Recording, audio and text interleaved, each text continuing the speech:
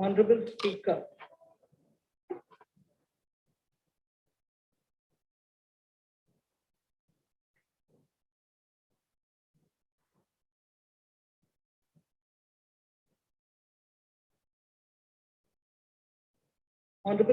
sir, I present the budget for the year 2022-23.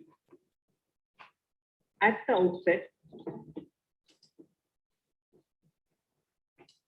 outset, sir, I want to take a moment to express my empathy for those who had to bear adverse health and economic effects of the pandemic. The overall sharp rebound and recovery of the economy is reflective of our country's strong resilience. India's economic growth in the current year is estimated to be 9.2%, highest among all large economies. I recognize we are in the midst of an Omicron wave with high incidence but milder symptoms. Further, the speed and coverage of our vaccination campaign has helped greatly. With an accelerated improvement of health infrastructure in the past 2 years, we are in a strong position to withstand challenges. I'm confident that with Sabka Prayas, we will continue our journey with strong growth.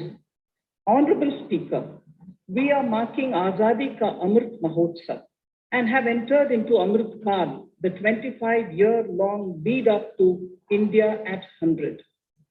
Honorable Prime Minister in his Independence Day address had set out the vision for India at 100.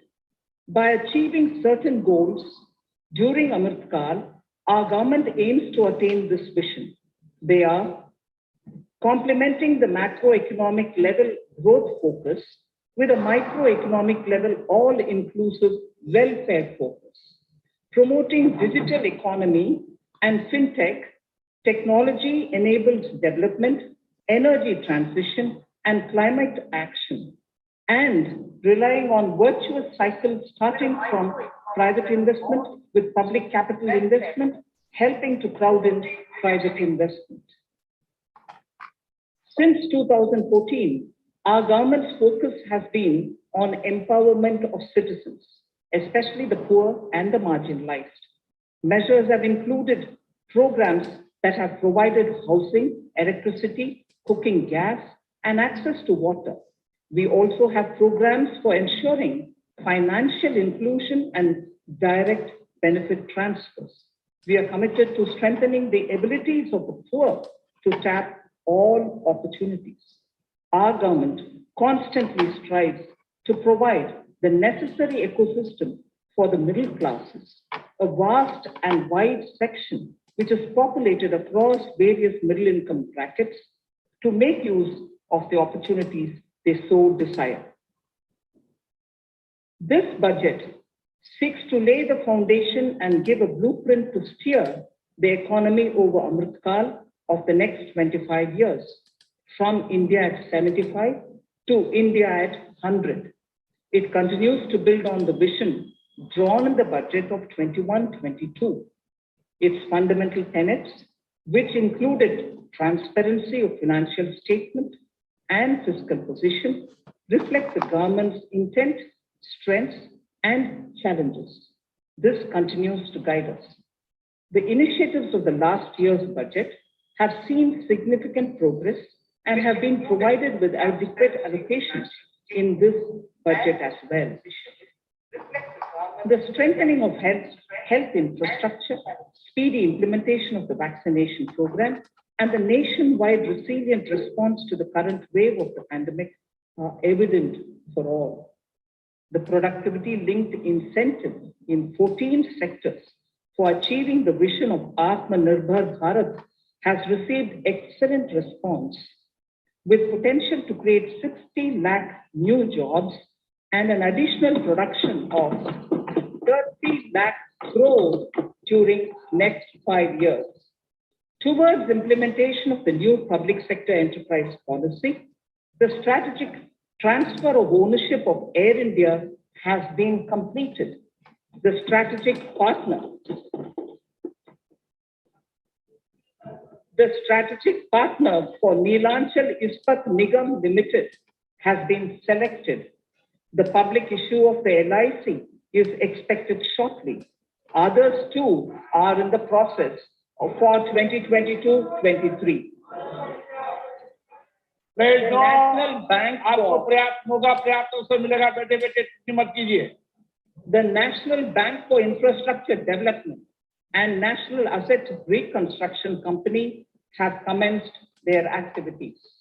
Honorable Speaker, sir, Budget 2021-22 had provided a sharp increase in provision for public investment or capital expenditure. Throughout the year, with the Honorable Prime Minister guiding the implementation, our economic recovery is continuing to benefit from the multiplier effect.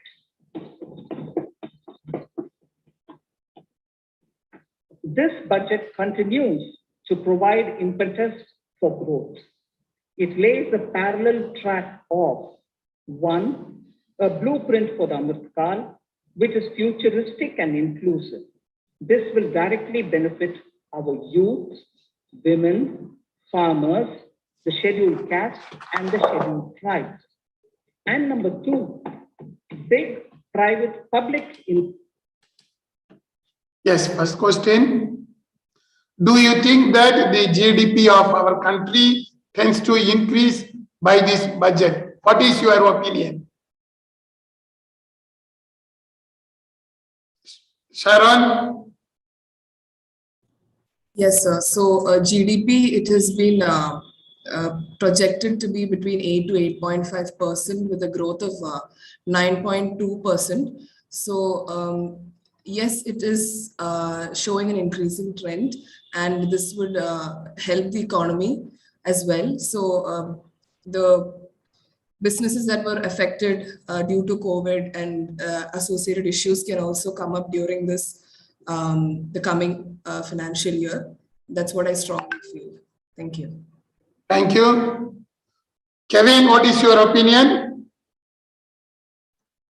Just as my colleague Sharon Francis has mentioned, when you see the GDP rate, it has increased in 2022 to 2023 from 8% to 8.5%. Not only because of that, also we can see that there has been a widespread coverage of vaccination drive happening throughout the country, and also it has helped a lot of businesses to come over the pandemic and start new ventures out there in India, thereby resulting in the increase in GDP of the country. This is what I expect to happen in 2022-2023. Thank you. Okay, good. Ganapati, what is your vision? According to me, GDP will grow 7.6% year on year in financial year 2023. After a gap of 2 years, the Indian economy will show a meaningful expansion, as in the real GDP in financial year 23 will be 9.1% higher than financial year 2020 GDP level. However, the size of Indian economy in financial year 23 will be 10.2% lower than the financial year 23 GDP trend value. Yes. Okay, good. As a student, what you are expecting from this budget? Gopika? So I expect that the government should hike a tax exemption limit on the limit for health insurance. Since we're going through a pandemic, I feel that the current tax incentives do not incentivize consumers to purchase adequate health insurance. So I feel that there should be a very reduction from 18% to 10 or 5% for the health insurance. Okay, good. Aditya, what you expect from the sectoral sectors, different sectors? Sir, I have researched on the Indian logistic industry, which by the introduction of the new budget, there would be a 9% sequential growth from the last year. And also some new reforms have been involved, like export service for air and sea freight has been exempted till September 2022 for the recipients who are not Indians. And for the recipients who are from India, for them, it has been exempted. And then other reforms which has been increased is that for focus on road and infrastructure, and also the new EVs, that is electric vehicles, have been introduced. So more has to be invested into the EVs and other services. Thank you. We'll go for once again the screen presentation. Investments. Number 2, big public investments for modern infrastructure, readying for India at 100. This shall be guided by PM Gati Shakti and be benefited by the synergy of multimodal approach. Moving forward on this parallel track, we lay the following 4 priorities: PM Gati Shakti, inclusive development, productivity enhancement and investment, sunrise opportunities, energy transition, and climate action, and 4, financing of investments.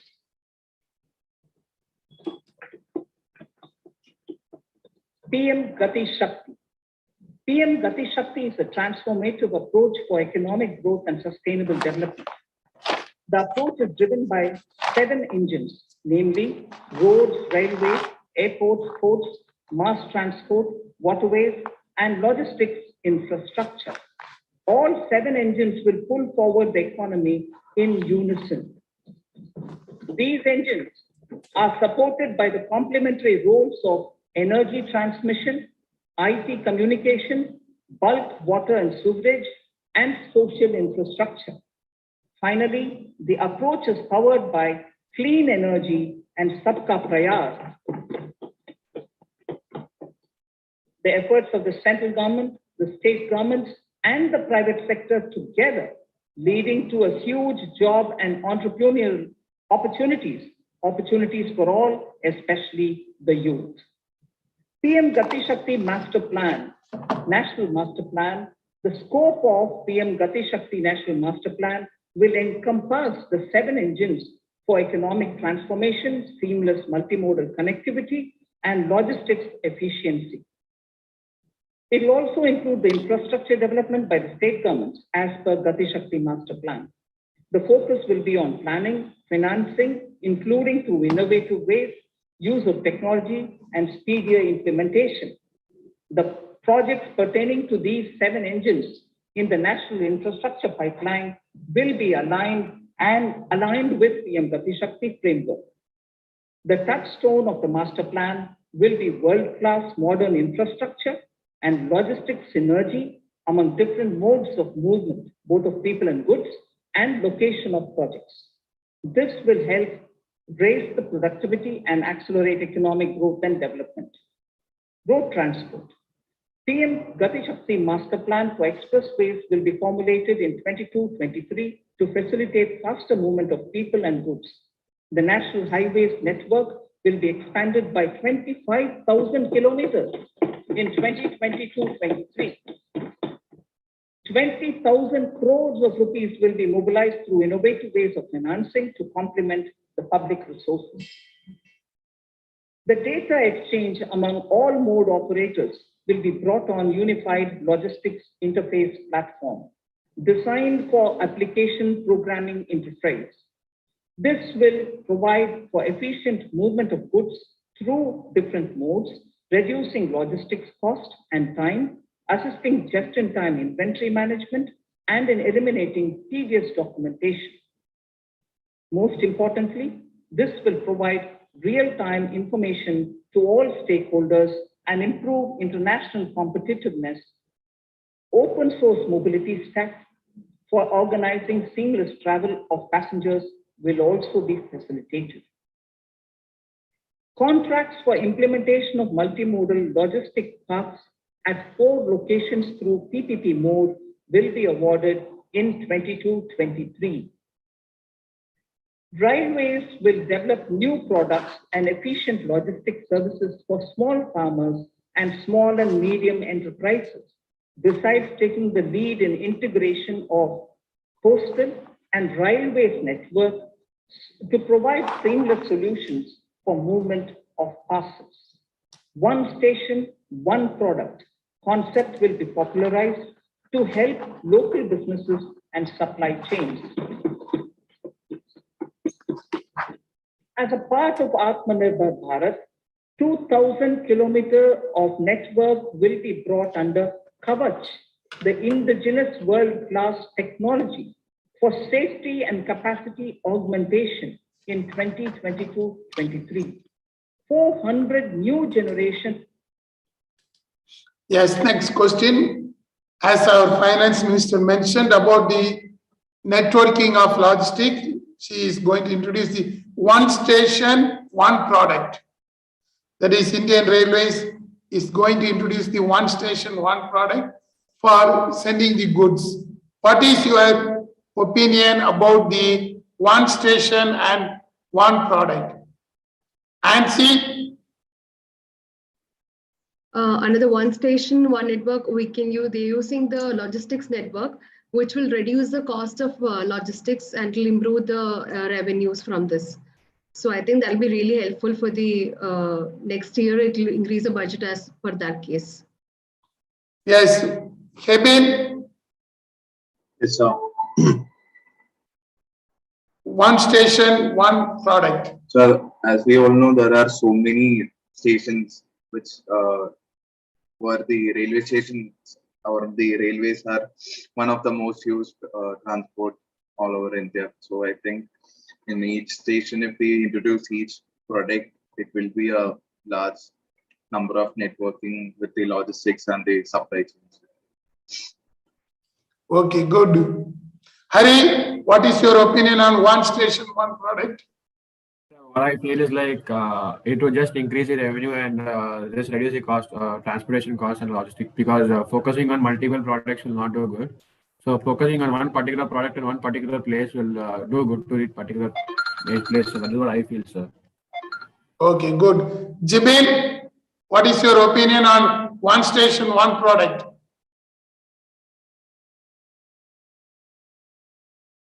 Not done. Okay, Shilpa? So I feel that it will increase the supply chain management if one station, one product will be there. So it will also increase the revenue of our country. Okay, good. Angel? Yes, sir. I thought like that it means it will boost the economic opportunities and strengthen the quest to become Atmanirbhar Bharat, like that. Okay, good. One more question. The integration of entire logistics is going to be happening. Our finance minister opened. That is, a new scheme is going to become, which is going to integrate railways, roadways, everything. What is your views on that one? Sharan?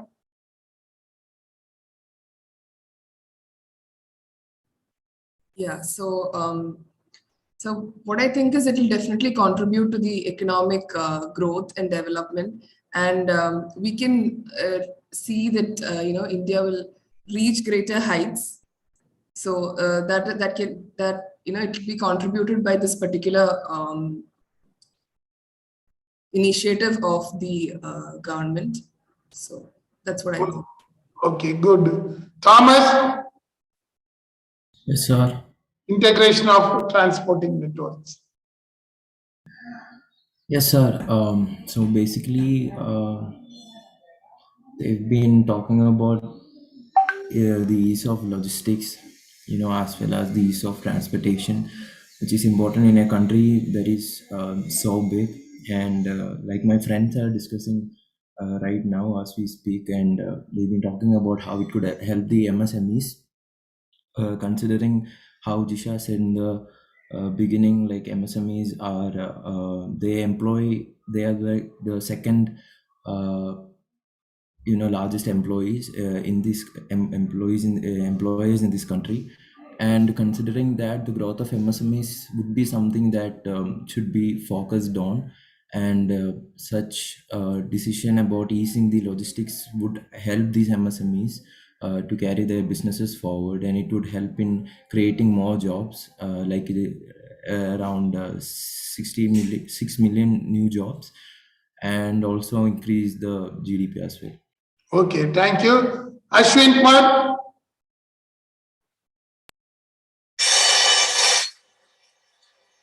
Uh, yes, sir. So, sir, I personally feel it's a great work done by our finance minister because from last many years, India has been into the service sector, and now it's came up with the Atmanirbhar Bharat, in which we are trying to produce goods. So to connect various states within India, because from many decades the transportation and lack of logistic has been the reason. Because of that, we could not produce our own product, and if we could produce it, we can't circulate towards the market. And so if the transportation and the railways comes together, it will not only decrease the transportation expense of the country, but the availability of the resource would increase, which can create a great opportunity in the market, as well as the purchasing power of the customer could increase, which not only contributes the towards the profit to the companies, but also to the economy of the nation. Okay, thank you. Bitcoin and other cryptos with just ₹100 on CoinSwitch, India's largest crypto app. CoinSwitch download kar de yaar. CoinSwitch. Yes, we'll continue. Will be rolled out. This will help MSME sector become more resilient, competitive, and efficient.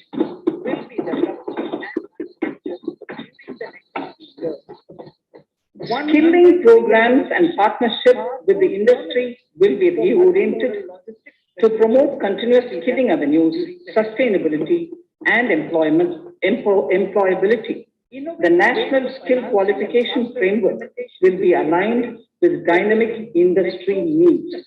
Of appropriate type, digital ecosystem for skilling and livelihood, the Desh Stack e-portal will be launched. This aims to empower citizens to skill, reskill, or upskill through online training. It will also provide API-based trusted skill credentials, payment and discovery layers to find relevant jobs and entrepreneurial opportunities. Startups will be promoted to facilitate drone Shakti through varied applications and for drone as a service. The aim is to improve in select ITIs in all states.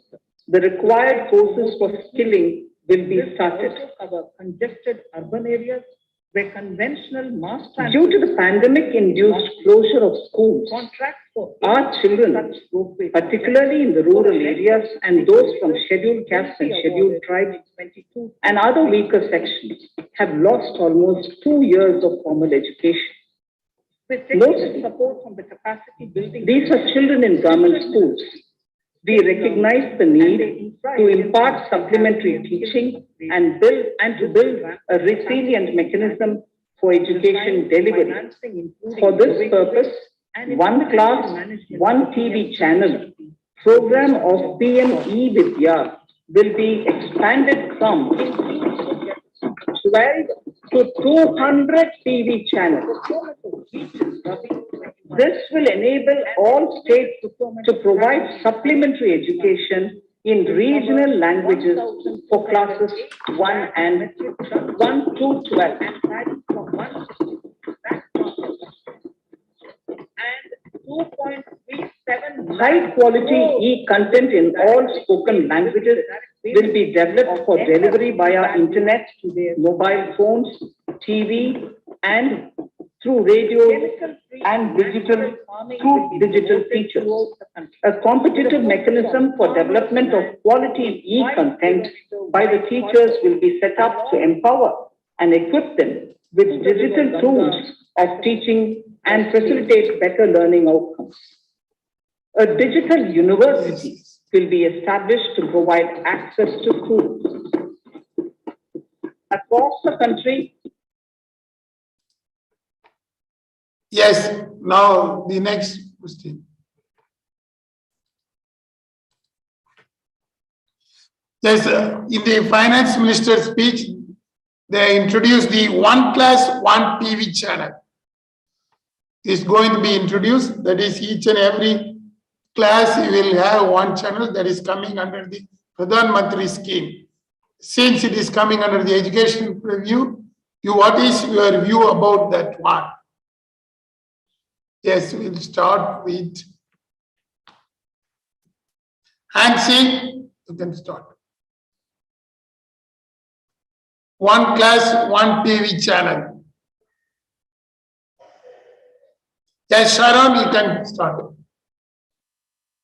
Yes, so as we all know, Indian education is one that has been highly sought after and raved about. So the initiative to contribute to the education sector and to improve the conditions that is given for each and every student in the country is one that is to be highly commendable. And this will indeed help a lot of students like each one of us to have a better education, to have a better opportunity to get education. Now that is all through TV, online medias and radio. So this particular scheme will definitely be helpful to each and every student in the country. So that should be highly commendable and to be highly sought after as well. Okay, good. Gopika? Yes, sir. So what I feel about one class, one channel is that, as Sharon has mentioned, education is one of the important things that everybody will have to get it. So since we are all going through a pandemic and classes have transferred into an online class, I think this one class, one channel thing would help every student to have to get a basic knowledge for themselves without any of the difficulties or anything. Okay, thank you. Kevin? Yeah, according to this scheme of one class, one TV channel, since the pandemic is going on, it is hard for students or all of us to attend offline classes or come to class regularly. So in a way,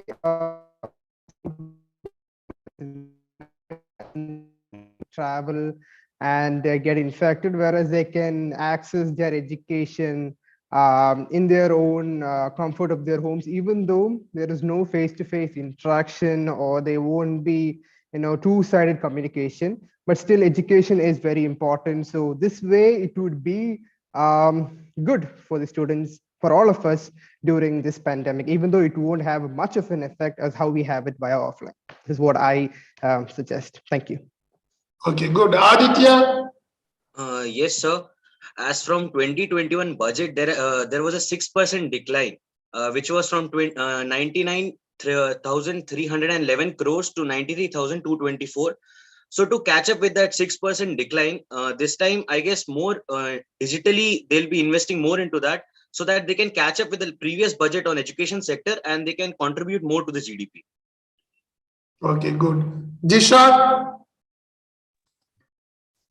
Sir, I believe that the pandemic has resulted in a tremendous learning loss for students across the country.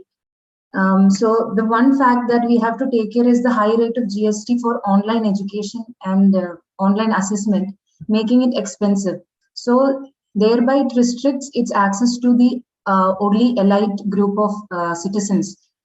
This scheme will always provide a new, as a new initiative, because it will provide a new opportunity for students to learn, and it's always available throughout. So as it was mentioned, there will be 200 channels, which is a very great initiative. I believe if it is put properly, this can actually bring the loss to profit. Okay, thank you. Ashwin? Yes, sir. Sir, according to me, like as from this finance minister, is that like there is always they are trying to bring the standard of the education to equal, because we know that the people who are rich and in a elite like which are in rich situation, they educate their child in a good school, in a good education institution, where the standard of education is more than the people who are like living in a slum or living in a government or like studying in a government schools. So the government is trying to bridge that barrier. They are trying to like remove that barrier by bringing an online education. And there are like in India, there are lot amount of languages spoken by the people. So there also an educational standards may vary. So now they are bringing the initiative to cover that standard also, so that in various languages they could educate the child, and like all Indian students should get an equal standard of education through online platforms. So I think like it would create a new entrepreneurs in the near future. So it's going to contribute a great to the nation. Okay. Finally, Thomas, want to say?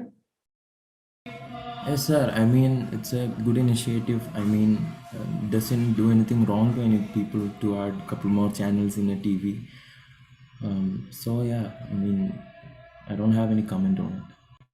Okay, thank you. We'll once again go back to the live.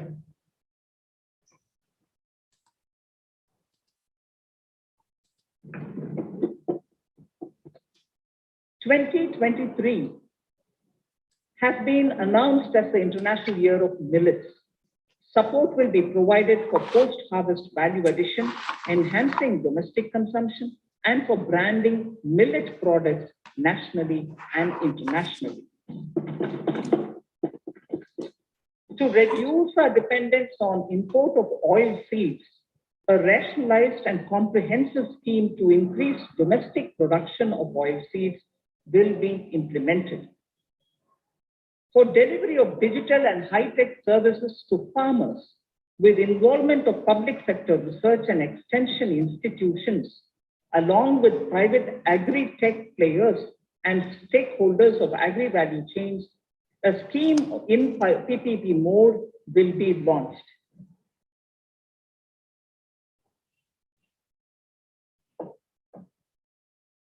Use of Kisan drones will be promoted for crop assessment, digitization of land records, spraying of insecticides and nutrients.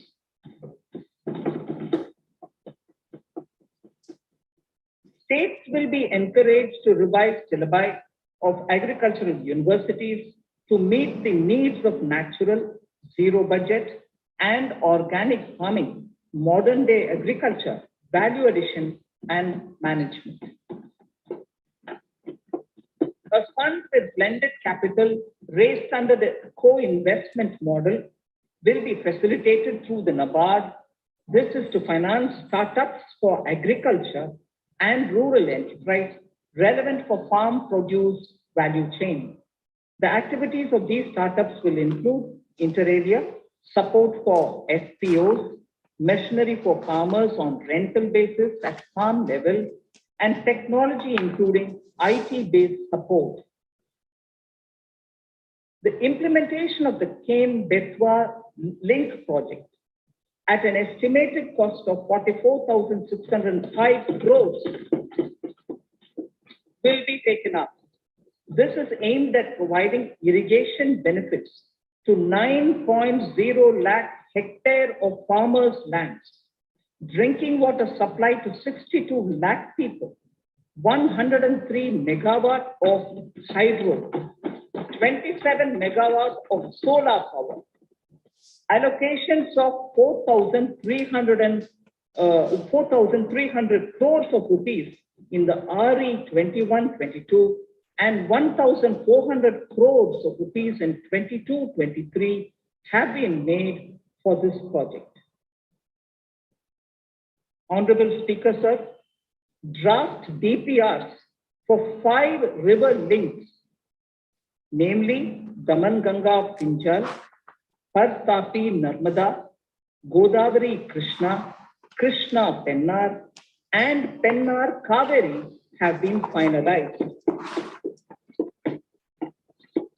Once a consensus is reached among the beneficiary states, the center will provide support for their implementation.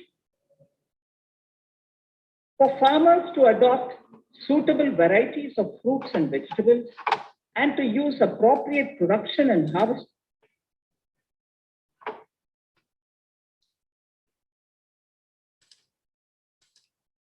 Yes, students, the question is about the Year of Women 2023 with agriculture farm input, which will enable the self-help group of women.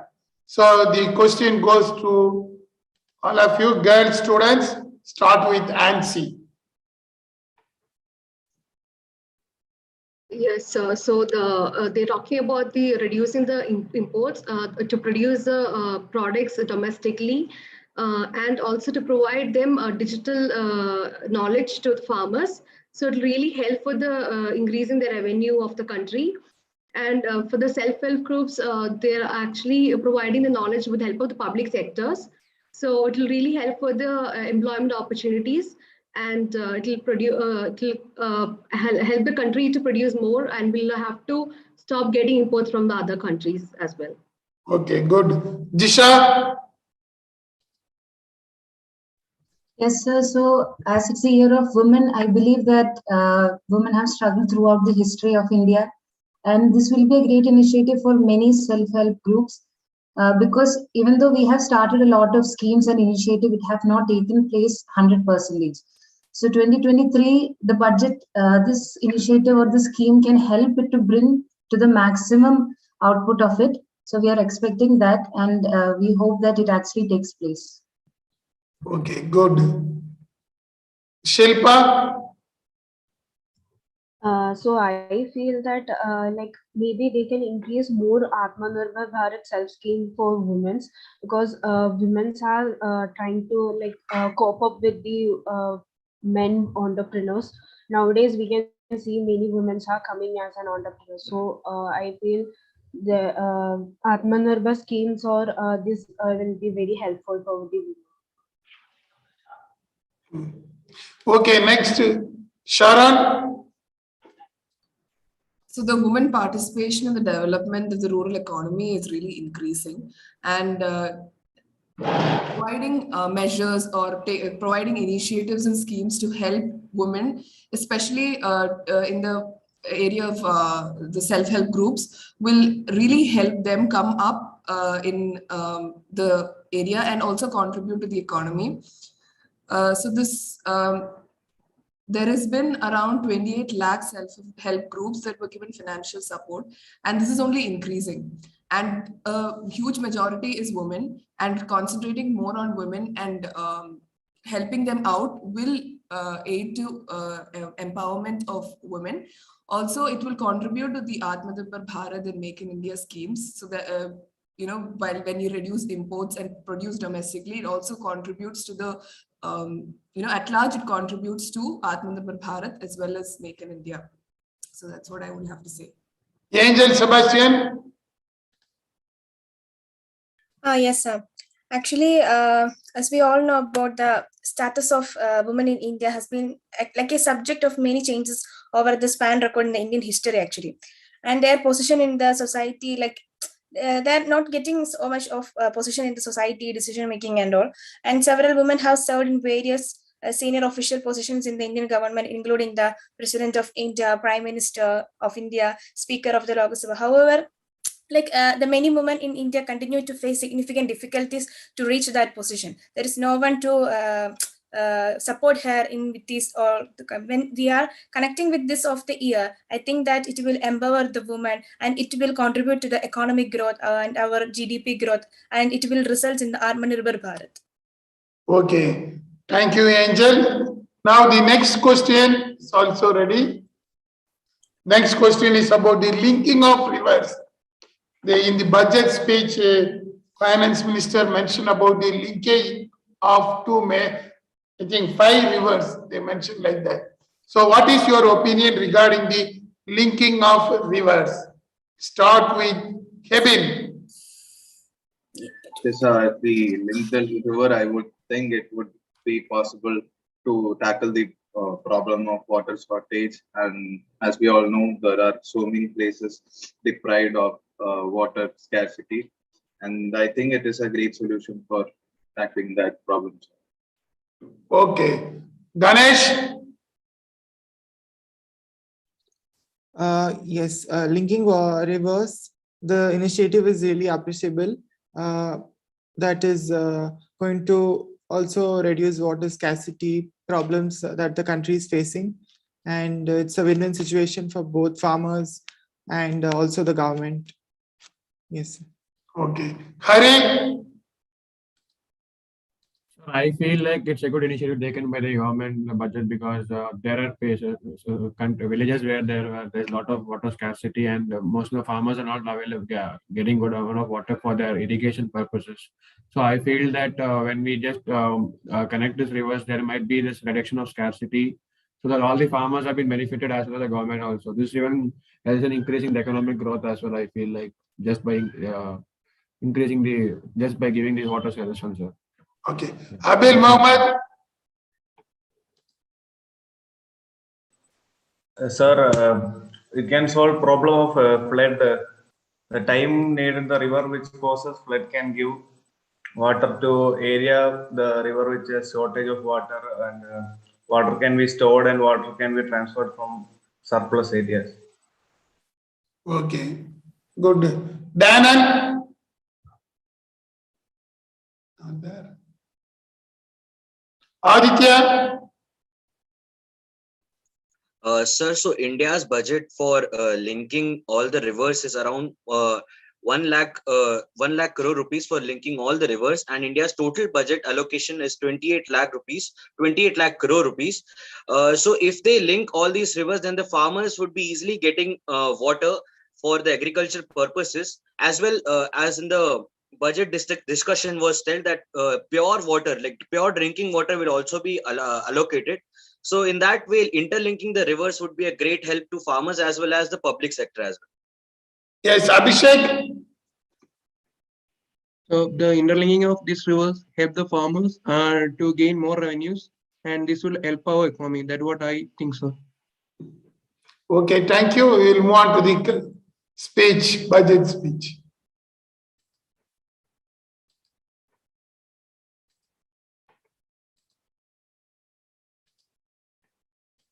Techniques, our government will provide a comprehensive package with participation of state governments. MSMEs, Udyam, eShram, NCS, and ASEAN portals will be interlinked. Their scope will be widened. They will now perform as portals with live organic databases, providing G2C, B2C, and B2B services. These services will relate to credit facilitation, skilling, and recruitment with an aim to further formalize the economy and enhance entrepreneurial opportunities for all. Emergency Credit Line Guarantee Scheme has provided the much needed additional credit to more than 130 lakh MSMEs. This has helped them mitigate the adverse impact of the pandemic. The hospitality and related services, especially those by micro and small enterprises, are yet to regain their pre-pandemic level of business. Considering these aspects, the ECLGS will be extended up to March 2023, and its guarantee cover will be expanded by 50,000 crores of rupees to total cover of 5 lakh crores.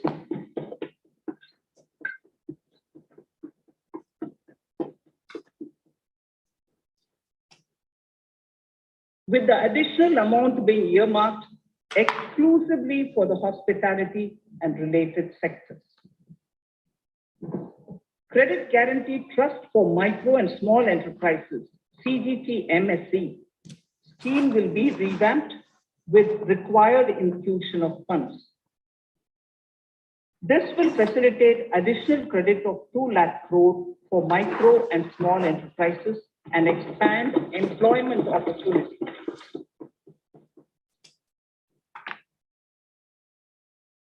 Raising and accelerating MSME performance, RAM program will outlay of 6,000 crore over 5 years will be rolled out. This will help MSME sector become more resilient, competitive, and efficient.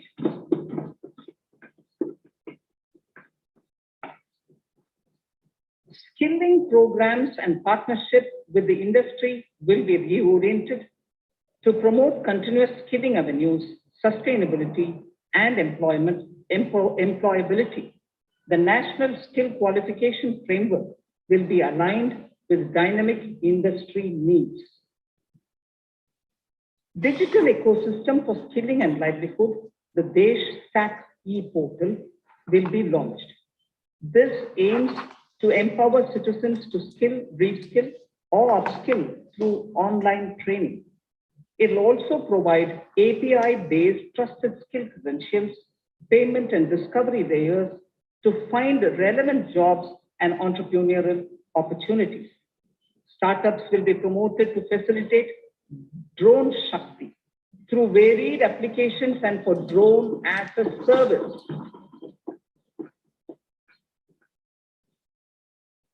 In select ITIs in all states, the required courses for skilling will be started. Due to the pandemic-induced closure of schools, our children, particularly in the rural areas and those from scheduled castes and scheduled tribes and other weaker sections, have lost almost 2 years of formal education.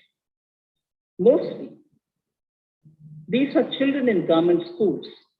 We recognize the need to impart supplementary teaching and to build a resilient mechanism for education delivery. For this purpose, One Class, One TV channel program of PM E-Vidya will be expanded from 12 to 200 TV channels. This will enable all states to provide supplementary education in regional languages for classes 1 and 2. Hub and spoke model, with the hub building cutting-edge ICT expertise. The best public universities and institutions in the country will collaborate as a network of hub and spoke. Yes, now the question is regarding the credit guarantee for micro and small industries. Finance Minister announced the credit guarantee for micro and small industries. And based upon this scheme, most of the micro industries is going to be benefited, that is credit period will be extended. What is your opinion on extending the credit guarantee for small scale industries? We'll start with, yes, Ashwin Kumar. Thank you, sir. So, sir, as per my opinion, it's very good because for small scale businesses, it's very difficult to get a loan from the bank because because of the collateral issues that the business carry and the lack of profit and other things to show to the bank, and to get a loan, it's very difficult. So like if we are getting a credit from the government, so it will be a great advantage for the small scale sectors and various other peoples who just because doesn't get into a business because the lack of funds they have can get advantage and they can start a new business. Okay, thank you. Jisha. So what really helped MSME during the pandemic was the ECLGS or collateral free loans. So extending it to March 2023 and increasing it by rupees 50,000 crore to rupees 50 lakh crore is a solid budget move according to my expectations. Okay, over to Kevin. So yeah, so according to me, as we can see, the credit trust guarantee is something that gives funds to the MSMEs, and as we can see that they give around like from 50% to almost 85% of the credit facilities is given under this particular scheme. So the extension of such a guarantee scheme would definitely benefit the MSMEs and small and micro enterprises out there to start their businesses without further fear of getting out of the competition. And also there are other restrictions to it, but then it would be an advantage in a way. Thank you. Okay, Sarath. Sarath Krishna. You can unmute. So it helps to promote new startups, so the employment issue in the country can be reduced due to new startups. So many of them will get many employments. Okay. On Nancy. So the credit system, this collateral-free loan will be really helpful for MSMEs because these MSMEs have minimum or very less experience in starting up a business. So this will be really helpful for them. And we know this contribute to the most of the Indian economy, and they contribute almost of 10% of India's GDP. And they provide employment to almost 7 crore people. So it will definitely increase the revenue as well as employment opportunities, I think. Okay. Finally, Gopika. Yes. So what I feel is that the Indian MSME sector is something that contributes around 29% towards the GDP of the nation. And since this credit facility has been given, I think this would help the small businesses more, and I think this would be one of the thing that would boost the Indian economy in a very high level. Okay, thank you. We'll move on to the minister's speech. An open platform for the national digital health ecosystem will be rolled out. It will consist of digital registries of health providers.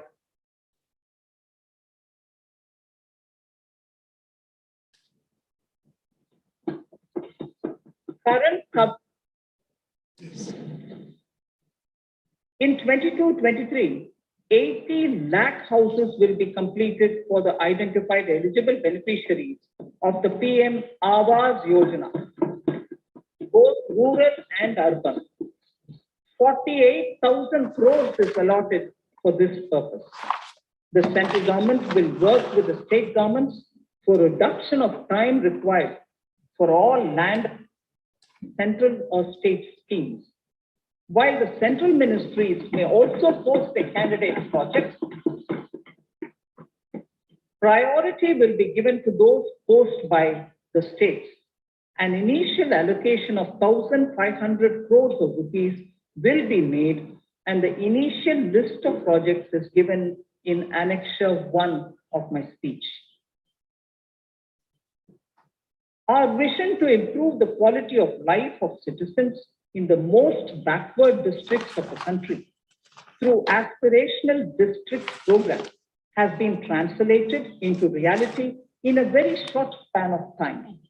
95% of those 112 districts have made significant progress in key sectors such as health, nutrition, financial inclusion, and basic infrastructure.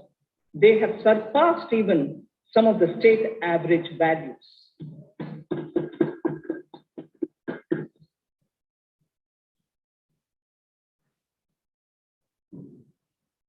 However, in those districts, some blocks continue to lag. In 22-23, the program will focus on such blocks in those districts. Border villages with sparse population, limited connectivity, and infrastructure often get left out from the development gains. Such villages on the northern border will be covered under a new Vibrant Villages program. The activities will include construction of village infrastructure, housing, tourist centers, road connectivity, provisioning of decentralized renewable energy, direct-to-home access for Doordarshan, and educational channels in rural areas, enabling interoperability and financial inclusion. Honorable Speaker, sir, in recent years, digital banking, digital payments, and fintech innovations have grown at a rapid pace in the country. Government is continuously encouraging these sectors to ensure that the benefits of digital banking reach every nook and corner of the country in a consumer-friendly manner.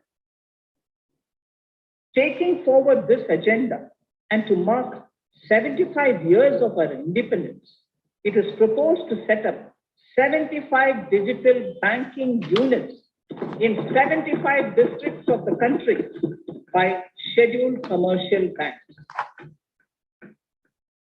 The financial support for digital payment ecosystem announced in the previous budget will continue in 22-23 as well.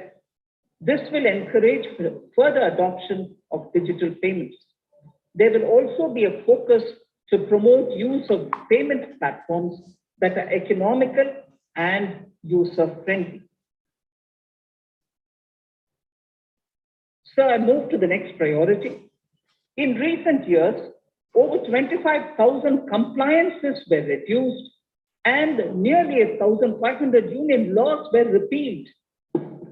This is the result of our government's strong commitment for minimum government and maximum governance. 1,486 union laws were repealed. Our trust in the public and ease of assessment of the impact with active involvement of citizens and businesses will be encouraged. A single window portal, Paridesh, for all green clearances was launched in 2018. It has been instrumental in reducing the time required for approvals significantly. The scope of this portal will be expanded to provide information to the applicants based on location of units. Information about specific approvals will be provided. It will enable application for all 4 approvals through a single form and tracking of the process through Centralized Processing Center Green, CPC Green. Yes, students, the next question.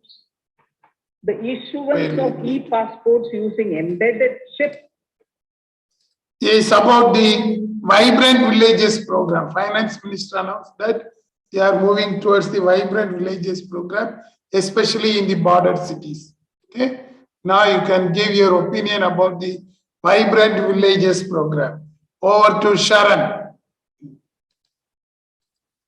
The Vibrant Villages program contribute to development of the village areas and the rural backward areas. So essentially what the budget aims at here is to bring about development in every nook and corner of the country and not just the urban areas or development between the urban population, but provide development and equal opportunities for development to all.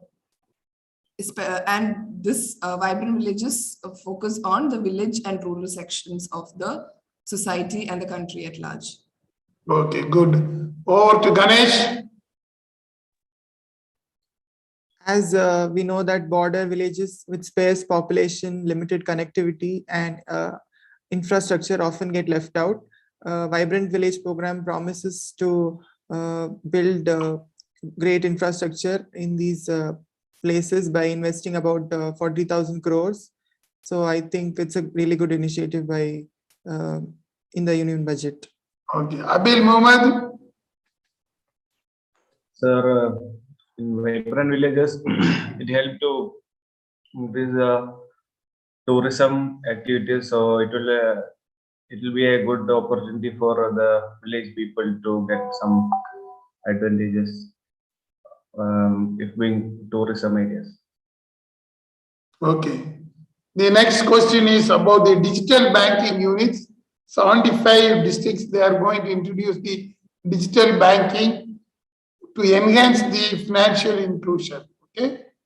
So what is your opinion about the digital banking system? Is Hari Prasad? Yes. Yeah, I feel that digital banking would be more easier and it would make the people just sit home and get their banking operations done, which would basically give more technology, advancement of technology, and just give some skills and knowledge about how digital market works. Yeah, that's my opinion. How technology is improvised and how simple banking is being made. That's my opinion, sir. Rohit, Yes, sir. So through digital banking, it will enable the citizens of India to know more about, and it will increase the usage of citizen. So there is still lack of knowledge and on digital banking among the citizens of India. So through this, it will help to and enable the citizens of India to know more about the digital banking and how to use it. okay, thank you. Disha, So, according to the new initiative, 75 digital banking units will be set up in 75 districts of the country, which is a very big initiative. So, according to me, this will further encourage people to do digital payments. From past 2 years, we've been using it tremendously. So, the growth of this will only encourage our growth in the GDP as well. okay, good. Ashwin, Yes, sir. It's a great initiative made by the government. So, like if the digital banking would be encouraged, there would be free flow of money in the market, and it will like create a good financial stand to the nation. okay, good. We'll move on to the speech.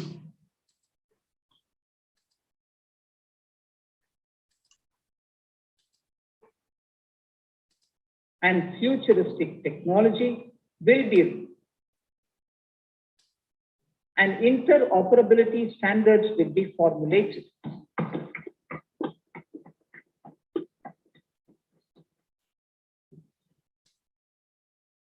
NGDRS with the One Nation, One Registration software will be promoted as an option for uniform process of registration and anywhere registration of deeds and documents. Necessary amendments in the code IBC will be carried out to enhance the efficiency of the resolution process and facilitate cross-border insolvency resolution. Accelerated corporate exit.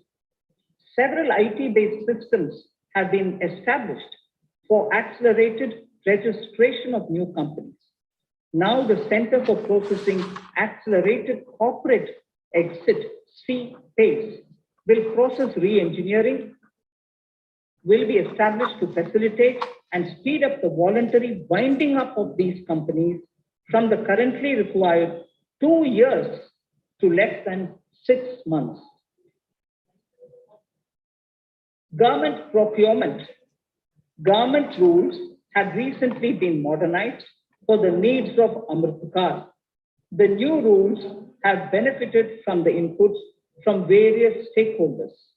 The modernized rules allow use of transparent quality criteria besides cost and evaluation of complex tenders. Provisions have been made for payment of 75% of running bills mandatorily within 10 days and for encouraging settlement of disputes through conciliation. As a further step to enhance transparency and to reduce delays in payments, a completely paperless, end-to-end online e-bill system will be launched for use by all central ministries for their procurements. The system will enable the suppliers and contractors to submit online their digitally signed bills and claims and track their status from anywhere. To reduce indirect costs for suppliers and work contractors, the use of surety bonds as a substitute for bank guarantee will be made acceptable in government procurements. Business such as gold imports may also find this useful.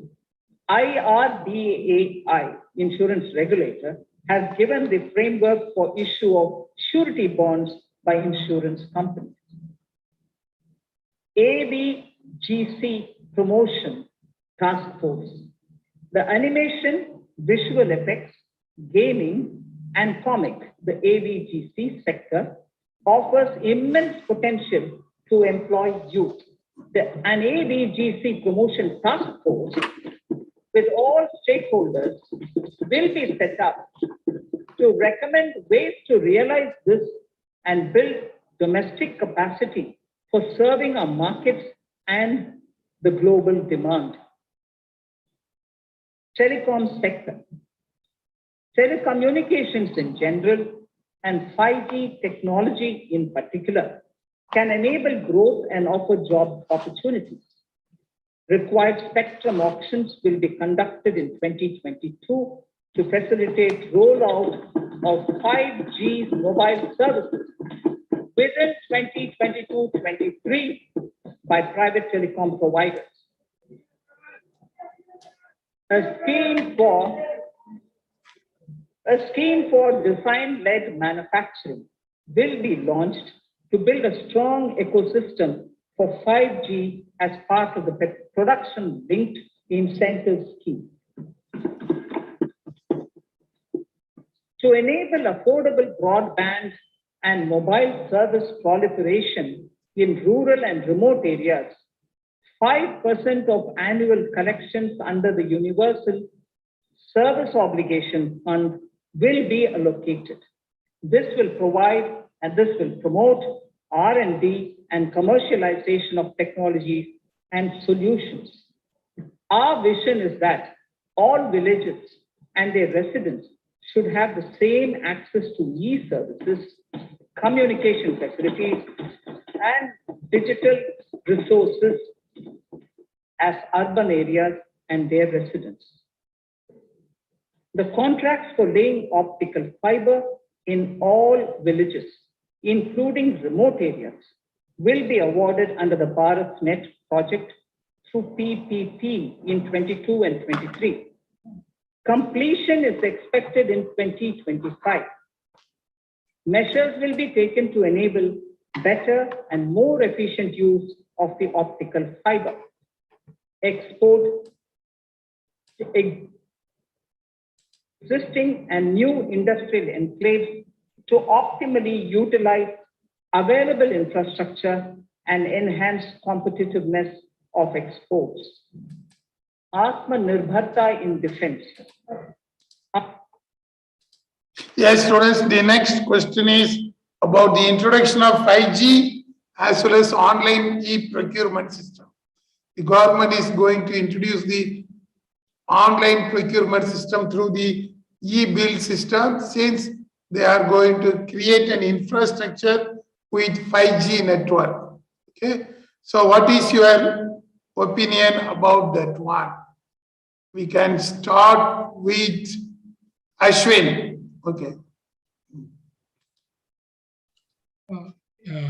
Yes, sir. So, sir, according to me, the e-bill which is being introduced by the government is a great initiative, because it will help in reducing the tax evasions which has been taking place from the last many decades. Like the bills are not being tracked, and some of the bills they remove so that they could reduce in the tax. So if it is being generated online, it will help in tracking all the bills. And second is that, sir, it will be very easy for the businessmen also to file their returns using the e-bills, because they doesn't need to store the bill, each and every bills which they have been made, and it will be very easy for them to evaluate at the end of the year. So, and in e-bill only, it will the detail of the products would automatically come with the quantity, and in which area, in which place they have received the bill or they have made the bill, it will be automatically generated. So like it will help the government officials also to track the location and the quantity of the goods. Okay. Over to Angel Sebastian.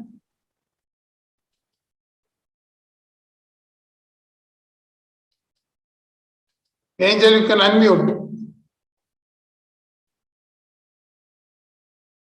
Okay, we'll move on to Kevin. Yeah, going to be in terms of e-billing is that it is a easier creation of the e-bill bay as it facilitates an easy generation of each bill that has been generated. And then it will, as my colleague told, there will be a reduction in frauds and there will be curves in tax evasions. And also e-bill could also be used in QR codes in terms of GST invoices. And so thereby it will be beneficial for the country. Okay, over to Angel.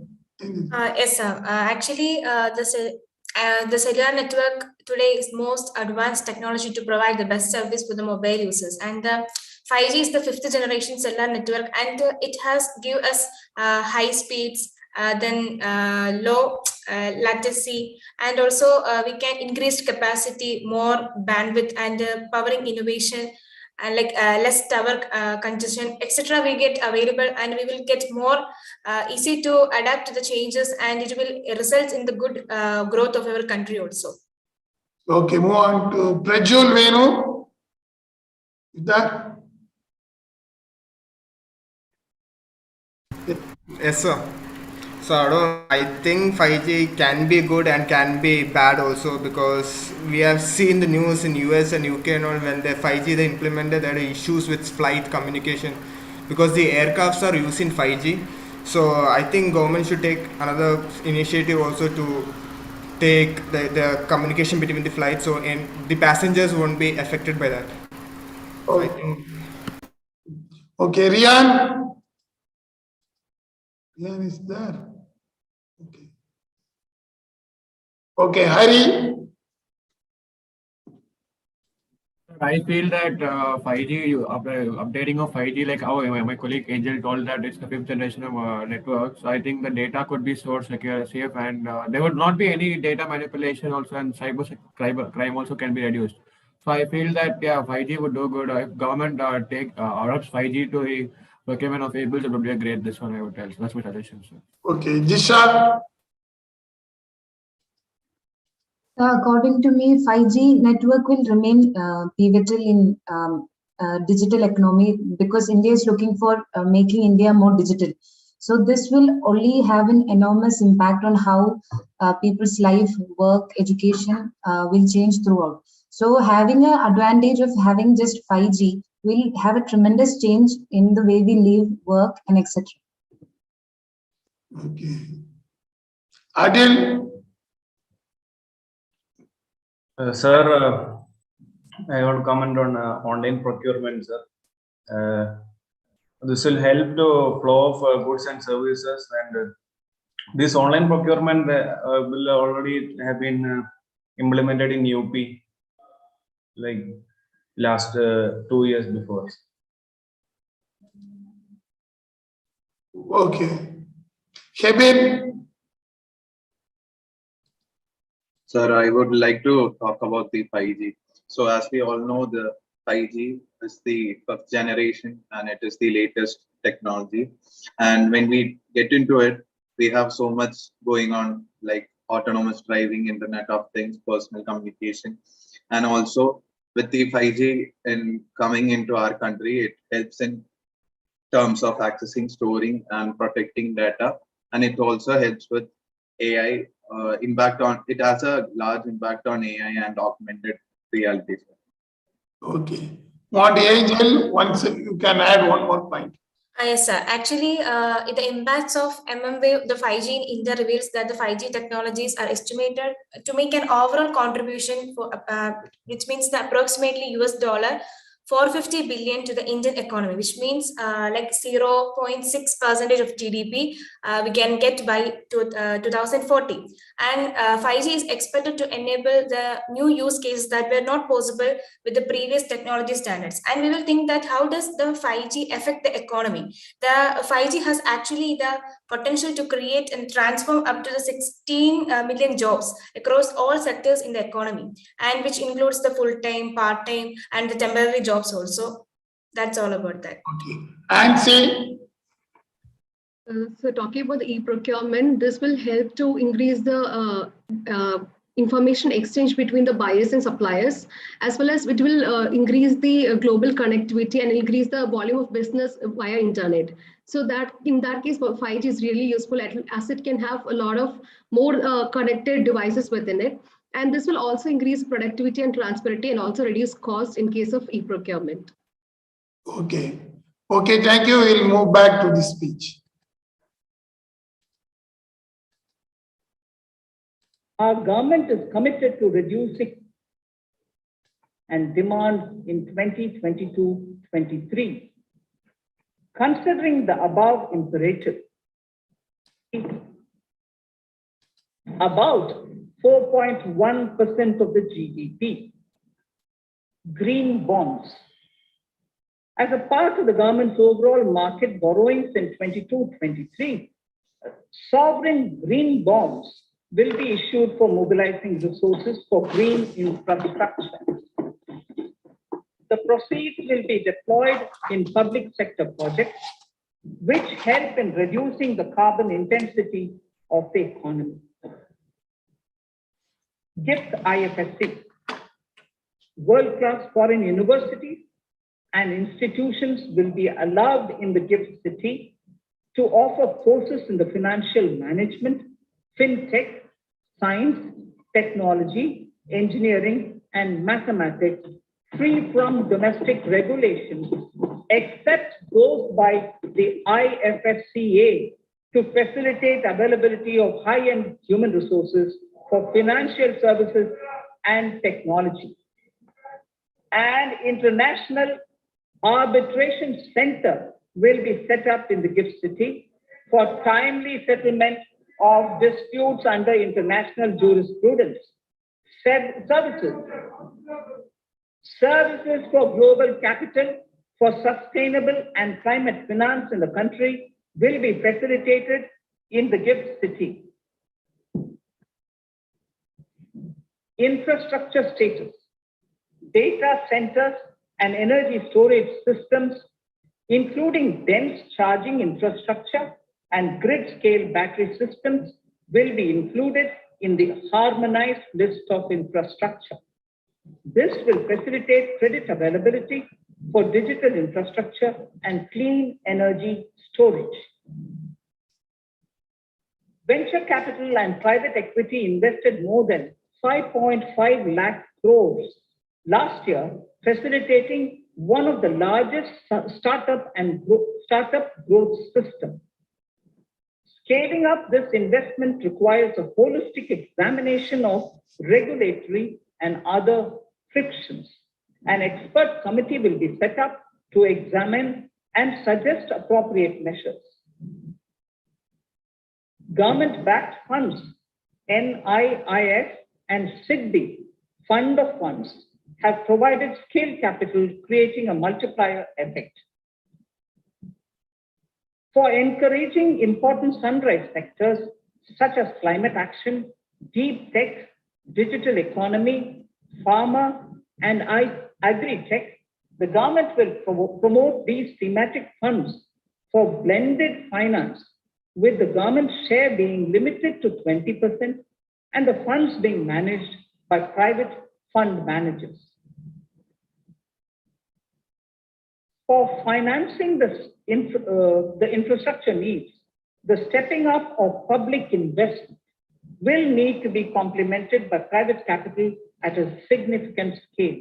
Measures will be taken to enhance financial viability of projects, including PPP, with technical and knowledge assistance from multilateral agencies. Enhancing financial viability shall also be obtained by adopting global best practices, innovative ways of financing, and balanced risk allocation. Digital rupee.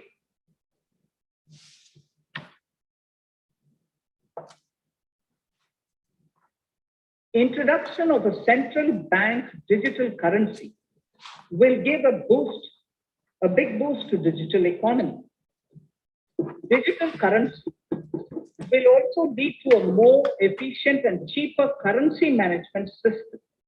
It is therefore proposed to introduce digital rupee using blockchain and other technologies to be issued by the Reserve Bank of India starting 2022 and 23. Financial assistance to states for capital investment. Reflecting the true spirit of cooperative federalism, the central government is committed to bolstering the hands of the states in enhancing their capital investment towards creating productive assets and generating remunerative employment. The scheme for financial assistance to states for capital investment has been extremely well received by the states. In deference to the requests received during my meeting with the chief ministers and state finance ministers, the outlay for this scheme is being enhanced from 10,000 crores in the budget estimates to 15,000 crores in the revised estimates for the current year.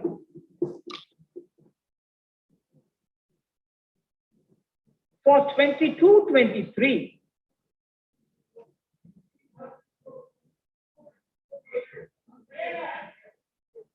I'll repeat that sentence for the benefit of many of our honorable members. In deference to the request received during my meeting. Yes, we'll move on to the next question. It is about two things. Yeah, Finance Minister introduced the two things in this. First one is regarding sustainable finance, that is green financing. Another interesting thing is digital currency. New banks have been able to establish to have the digital currency. As now coming to your opinion, we'll start with Sharon. Talking about sustainable finance or green bonds, the sovereign bond yields, which are the benchmarks on which the overall cost in the economy is based, have displayed a sharp upward trajectory over the past couple of months. So taking up this green bond scheme and following sustainable finance will particularly help, and it is a great initiative towards achieving this goal and to aid the growth. Also, digital currency that is being put forth by the finance minister. So the introduction of digital currency by the central bank will lead to cheaper and easier currency management. And this will also be helpful to the RBI to use the blockchain technology starting from the financial year 2022-23. Okay. Over to Jisha. First, coming to the sustainable finance. So the importance and the popularity of sustainable finance of green bonds is likely to increase. And because of the opportunity that they offer for a clean energy companies to leverage to global finances also more. So global investors can also be a higher target. And coming to the digital currency. So India having its own digital currency will come into reality because in other parts of the world, digital currency is a daily now. So digital currency that is backed up by blockchain technology, which will be launched in India soon, will be a safe and a better option for India because a lot of frauds can happen through it. So the blockchain technology that's backed up is a very good initiative according to me. Okay, over to Ashwin. Yes, sir. First, like for the green bonds, the initial green bonds have been introduced by the nation, so it will be like a good investment for us because we can invest on these bonds and these like money which is being invested by the people on the bonds can be used for the infrastructure of the for the green infrastructure, which would reduce the carbon immersion in the nature. So like it will be like contributing to the nation. And the second, the good news is about the digital currency for me, because like I was waiting for it, because the Indian government have supported towards the digital currency and blockchain technology. So it would help us to carry the currency in a more like a more good way, and it will reduce the cost of production of the currency, which will create a great difference in the fiscal deficit, or we can say that in the expenditure of the government, which will like create a good boost in the GDP, and it might be a green signal for the upcoming cryptocurrencies. Okay, thank you. Over to Shilpa. So yes, sustainable finance, like I feel it is like cost cutting and efficiency, like creating a sustainable business can deliver significant cost savings and efficiency, which is a new competitive and revenue opportunities.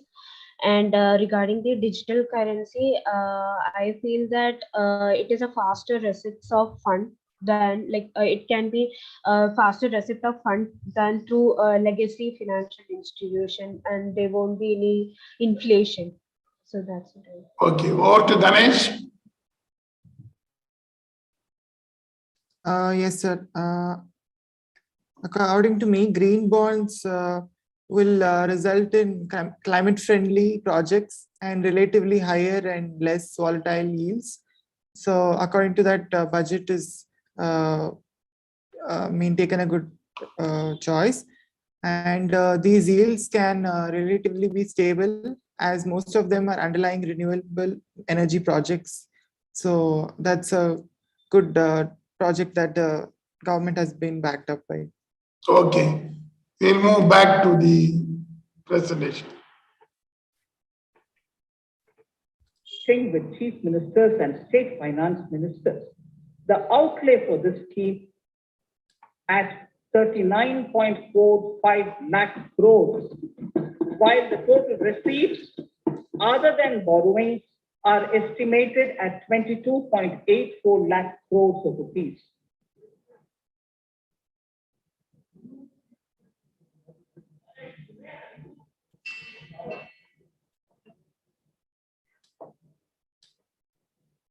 The revised fiscal deficit, Honorable Speaker, in the current year is estimated at 6.9% of the GDP, as against 6.8% projected in the budget estimates.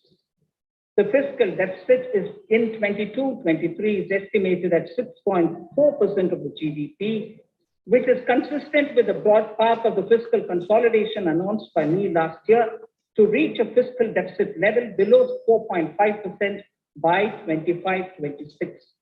While setting the fiscal deficit level in 22-23, I am conscious of the need to nurture growth through public investment to become stronger and sustainable. I will now move to part B of my speech.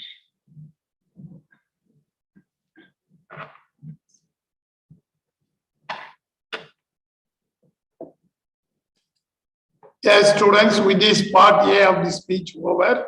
So, Honorable Speaker, we will stop with this one. Thank you for your participation. Now, everybody switch on your video. Sharon will give the concluding mark about the part one, what Finance Minister mentioned. Everyone switch on your camera. Sharon, over to you. The much-awaited union budget has finally come out, the first part of it. And we've seen a lot of different areas that the budget has been concentrated on, and the very critical and important initiatives that the government has taken. So this year has been said to be the year of women, which has given a lot of importance and has given women a lot of preference. Also, the Vibrant Village program, digital banking, and sustainable finance, digital currency, all those important initiatives that are put forth, like we discussed, will definitely contribute to a better and greater economy, and will definitely help us achieve a lot of different goals that the government has set up throughout. And it is definitely going to contribute to India becoming a large nation and a much more developed nation. So now we are no more developing, we are in a stage of development, and we can say that soon enough we'll be achieving the status of being a developed nation. So thank you for the wonderful participation, and hope this was a very enlightening session for all. Thank you. Thank you, Sharon. Anybody wish to add anything? Final conclusion from boys' side. Okay. From boys' side, Kevin, you can conclude in just 2 lines. Yeah, so as we saw the first part of the much awaited union budget, we have seen various innovative and productive schemes that has been implemented or going to be implemented by our respectful Prime Minister, and this would definitely increase the value of our country, and thereby what my colleague, our colleague Sharon Francis told. Our country would be changing the status from a developing country to a developed country, even though there are a lot more other factors to be improved as well. But then in the coming future, we can expect better changes in our country, thereby becoming one of the best countries out there in the world. Thank you. Okay, good. Prince, you want to share any line? Okay. Okay, students, thank you. We will meet next class. With this, we will conclude the budget session of part A. Tomorrow, we will have the discussion about the part B. Thank you. We will meet soon. Thank you, sir. Thank you, sir. Thank you, sir. Thank you. Thank you, sir.